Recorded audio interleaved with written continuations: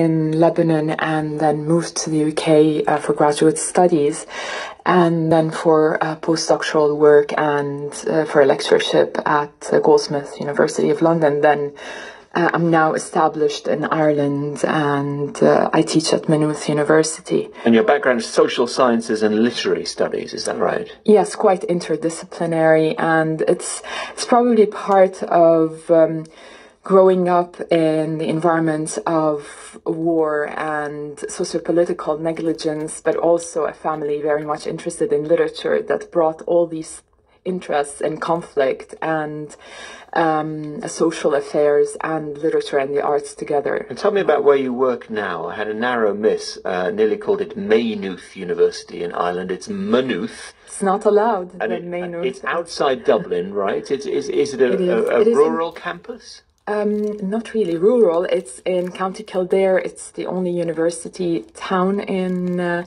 Ireland, and it is surrounded by beautiful countryside, but it is quite close to Dublin, less than an hour from the capital, Dublin. And how are you adapting to life there? I've been in Ireland actually for personal reasons for 10 years, so I know Ireland very well. And I'm very happy to be in the intellectual environments of Maynooth, where the interests are very much interdisciplinarily orientated and very much close to questions of interculturalism and social justice that I'm interested in. Thank you. Our guest this morning here on Weekend is Rita Sacre, who is a Lebanese-born lecturer at the University of Maynooth in Ireland. Coming up later this hour, by the way, was President Trump's sacking of his national security advisor, John Bolton, a sign that his foreign policy is becoming unhinged. You have to take this out of the realm of politics and into the realm of abnormal psychology. When President Trump met with Vladimir Putin, he would do so without a national security advisor there. That is unprecedented. Those secret meetings with no records and no note takers. The whole point of the Trump foreign policy is it is fitful and impulsive. We'll discuss later. Now, one of Africa's great liberation leaders has been remembered this weekend, although he was also one of its more brutal dictators. For 37 years, Robert Mugabe led Zimbabwe through good times and into economic ruin, having fought many years for its liberation from British colonial rule before he took power. He died just over a week ago. Our Africa correspondent Andrew Harding reports from yesterday's state funeral in the capital, Harare. It's a warm, bright day in Harare's National Sports Stadium. Dozens of African leaders, past and present, veterans of the continent's liberation struggles, have been arriving over the past hour or so. Robert Mugabe's funeral service is about to get underway, but I think it's significant and telling that this stadium, which seats about 60,000 people, is by no means full. I'd say at most there were 6,000 or 7,000 people here, which tells you something. Robert Mugabe's coffin is now being brought in front of me here. Soldiers accompanying the coffin. Behind that, members of Mr. Mugabe's family, and then Emmerson Mnangagwa. But then became the man who pushed him out of power and took over from him 2 years ago. To the Mugabe family. So now it's President Mnangagwa's turn to praise his former ally and his achievements. No mention of his errors. A giant tree of Africa has fallen. Indeed, the bold, steadfast, and resolute revolutionary Comrade Robert Gabriel Mugabe is no more.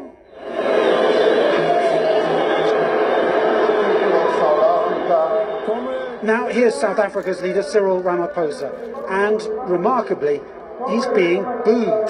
That's a reaction by the crowd to the recent xenophobic attacks on African immigrants in South Africa.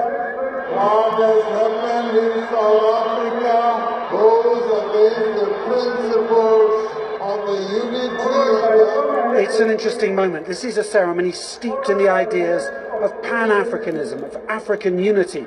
But I wonder how much that really still resonates here. We as Africans, we say we are united because we are united. But there's a lot of talk of African unity, but in practice, there are still very difficult borders to cross. It's still very difficult to get visas. It affects us. We are not united as Africans. Like today, we're supposed to come together as Africans. But you could tell, you saw how the stadium was. My fellow people are in South Africa. They're being burnt in South Africa. Xenophobic attacks. Exactly. So you think this is just talk from the leaders, but not real? Yes, exactly. I would say that from my point of view. A 21-gun salute signalling the end of this ceremony. Robert Mugabe's casket is being prepared now to be taken out of the stadium. He was due to be buried tomorrow at Heroes Acre, but a dispute with his family means that's now going to be delayed, perhaps for weeks, as the authorities build a special mausoleum for him. As he's taken out of the stadium now, Zimbabweans are left to reflect on all that Robert Mugabe achieved for Zimbabwe, all that he achieved for this continent, and of course, all that he got so terribly wrong.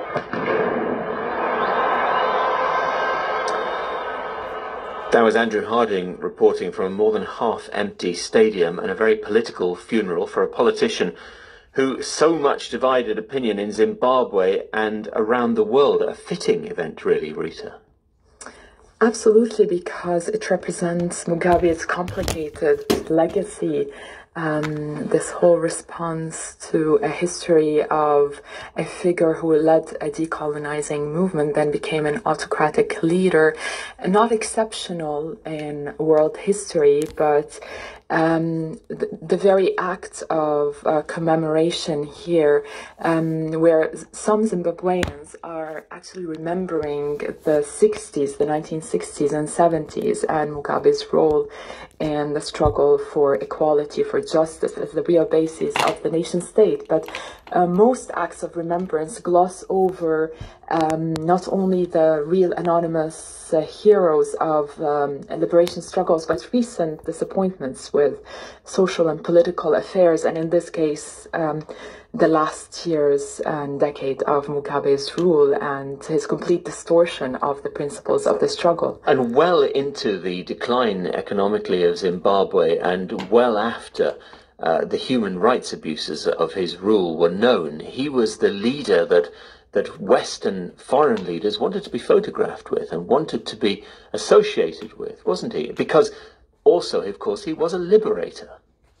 Of course, this iconic figure remains partly representative of a liberation struggle. In various contexts, he is not unusual in that respect, but wanting to be photographed or to be associated even momentarily with such figures also even happened to Gaddafi, whether in the Arab world or internationally. So for various reasons, whether these are geopolitical interests or otherwise, this has happened with Mugabe and others. Zimbabwe developed some curious international allies, didn't it, towards the end of Mugabe's life? Belarus, the Belarusian president there at the funeral. North Korea, too. There's a curious detail there, isn't there? I just noticed with respect to North Korea that Mugabe will be eventually buried in Heroes Acre, and the monument was built with the help of North Korean architects, and this link is evident both in this commemoration and the site itself, but also exemplifies these unusual alliances or unusual collaborations that are impacting Africa in various ways. 5:43 GMT, this is Weekend from the BBC World Service. Now today marks 6 months since Cyclone Idai hit the coast of Mozambique in southeastern Africa. It was the worst ever cyclone to hit Africa, and it affected more than 3 million people, mainly in Mozambique, but also in Malawi and parts of Zimbabwe. Thousands of homes were destroyed, the major annual harvest was decimated, and there was widespread flooding. It made lots of headlines at the time. Aid agencies say more than 2 million people are still facing shortages of food, and about 80,000 people have been displaced from their homes. The UN says it so far received less than half of the $440 million needed to respond to the needs of Mozambique following that cyclone. Edgar Joan is the Mozambique country representative for the Christian Relief and Development Agency Tear Fund, and he joins us now on the line from Mozambique. Welcome, Edgar. How would you describe the situation where you are 6 months on from this disaster? Hello, good morning. Good morning to you.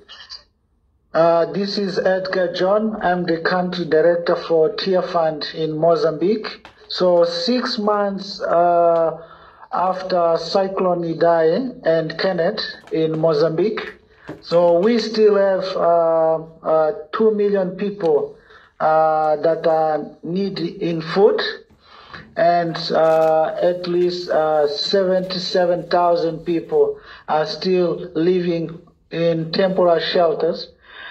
So Mozambique still there's still a lot of needs in terms of aid.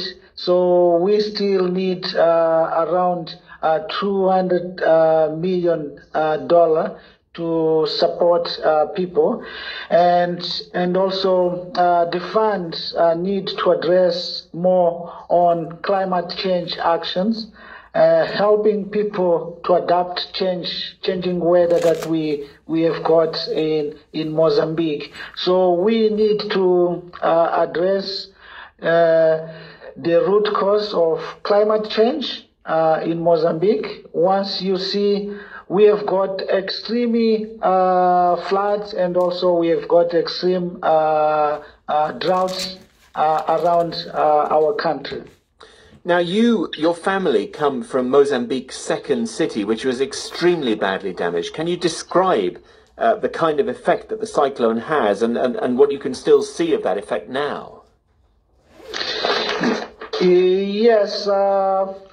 Originally, when the cyclone happened in Beira, so part of my house and my family, they've been affected, but at the moment we are still built back better and recovering the situation within our family. 80 to 90% of Beira was flattened, is that right? Yes, 90% of Beira was flooded, and we had cholera outbreak because most of water infrastructure and electricity and the roads, they were not in place. So the government at the moment is building back better the water supply. And we have the water now, and we have got electricity in place, but there's still a lot of need in terms of basic infrastructure like schools, roof, and hospital. They need to be rebuilt. When the disaster in Mozambique was the top of the news, when it was the headline internationally 6 months ago, I imagine there was money coming in from abroad, aid money. The UN now says it has nowhere near what's needed to help Mozambique. Is that the problem, that foreign countries are not giving anymore? Yes, we see that there's a lot of challenge because the UN, they did their bill, but they received 45% of the amount required to build back better the country. So that's why there's a lot of need in terms of support. So we still need a lot of support for the country. Are the coastal defences back in place now? These are crucial, aren't they? Yes, yes. Tell me about that. Is it a question of actually building concrete walls against the sea? So there's need of some adaptation on resilient building for the coastline in Beira and Cabo Delgado, where the Kenneth cyclone hit, and also Beira Sea. So there's a need of building of concrete along the coastline, and also there's a need of building resilient shelters for those that they lost house. Edgar Joan, many thanks. Mozambique representative for the Christian Relief and Development Agency called Tear Fund. You're with the BBC World Service. I'm Paul Henley. This is Weekend.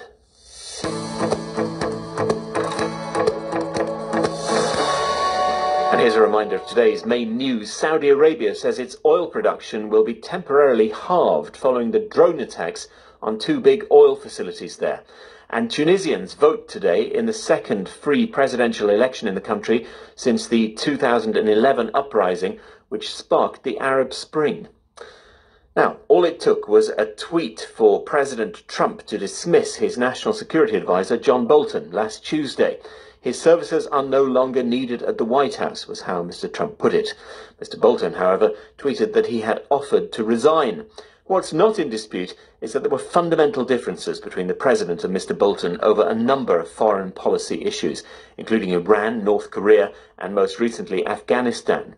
Thomas Wright, a senior fellow at the Brookings Institution think tank in Washington, told the BBC that Mr. Bolton's sacking reflected President Trump's changing priorities with foreign policy. The story of the last 6 months is that Trump has really tried to pivot from being a militarist in his own mind to being seen as a deal maker in the run-up to the election, and he wants to, meet with Rouhani for a big sort of US-Iran summit. We know he tried to strike a deal this week with the Taliban, and he, of course, wants to continue his diplomacy with North Korea. And I think on all of those and on other issues, he saw Bolton as an obstacle. So why did President Trump's views and those of Mr. Bolton become irreconcilable? To discuss, we brought together Jenna Ellis-Rivers, who's a member of the advisory board overseeing Mr. Trump's 2020 re-election campaign, and David Frum, senior editor at The Atlantic magazine. Mr. Frum first. When you hear talk of a Taliban summit in Camp David, people might think that was a good idea. They might think it was a bad idea. But the point is, it didn't exist. It was vaporware. It was a total fabrication. Trump canceled it once he figured out that it wasn't going to happen in order to look powerful.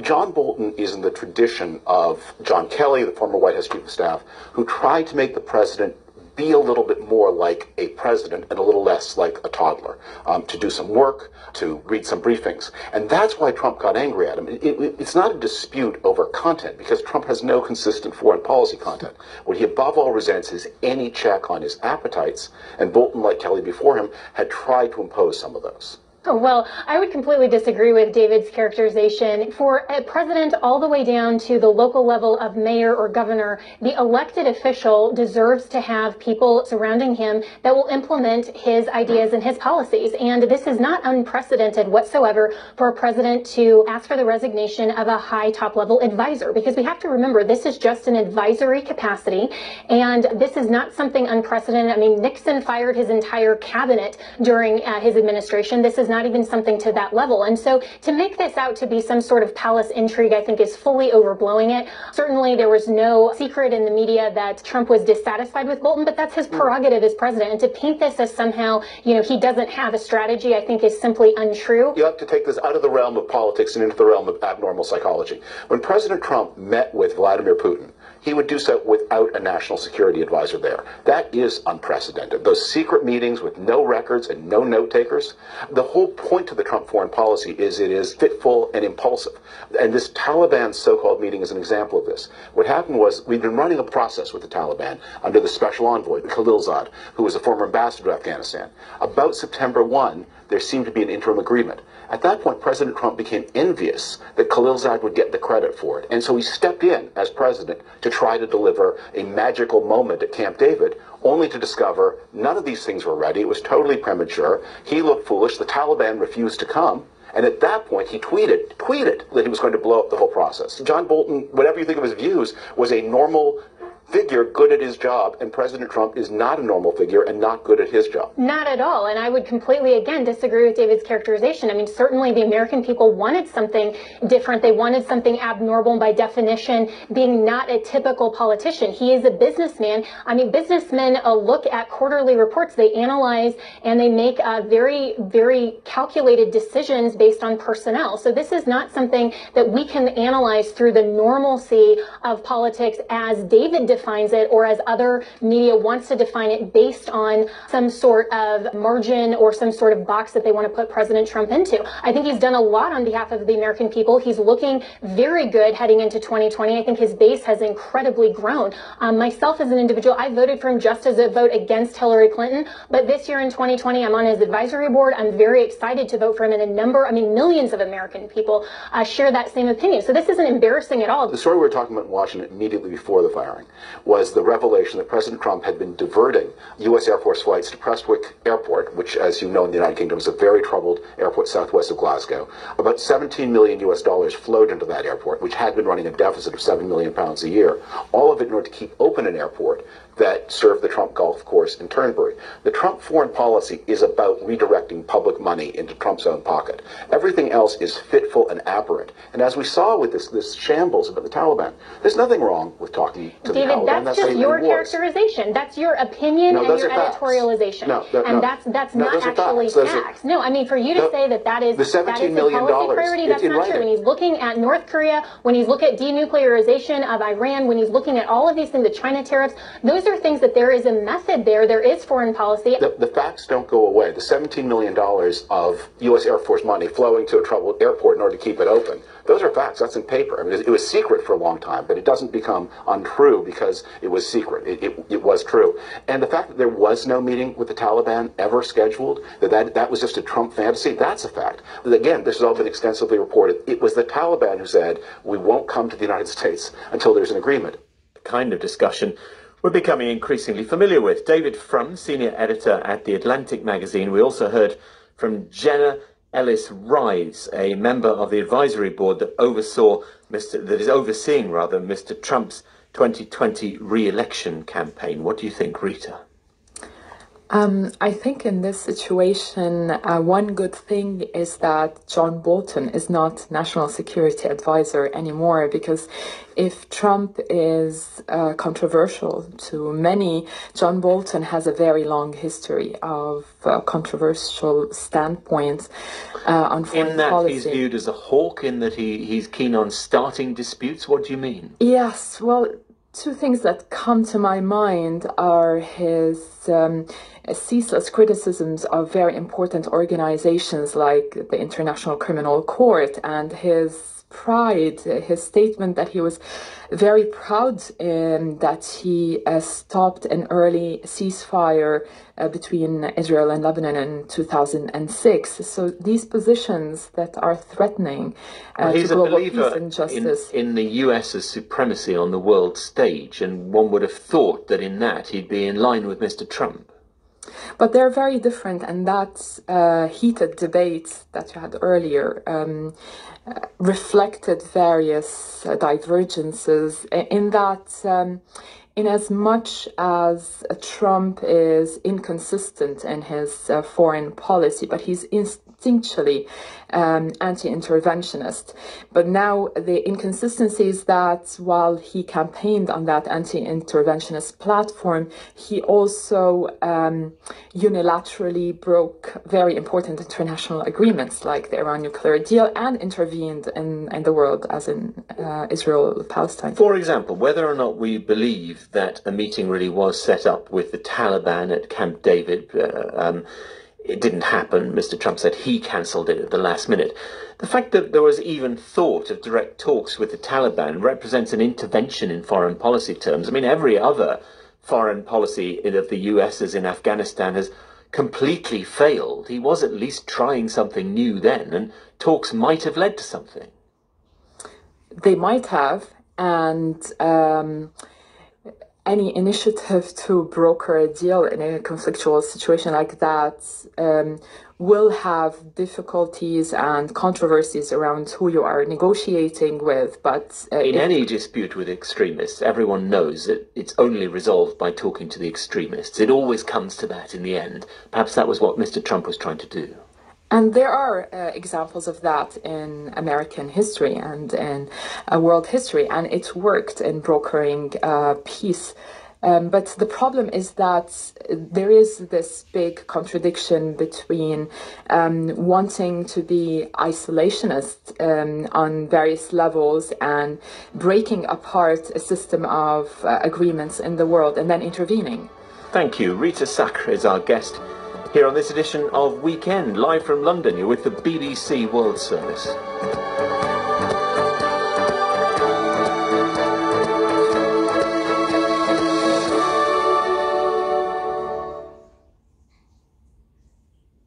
This is the BBC World Service, and we're sailing south.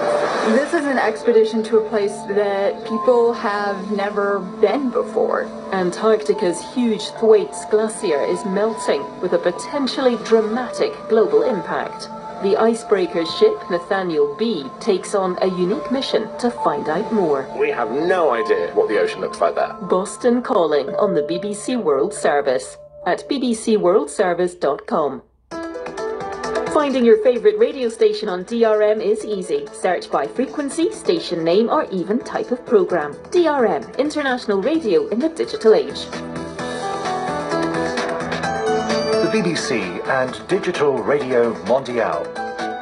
Better radio altogether.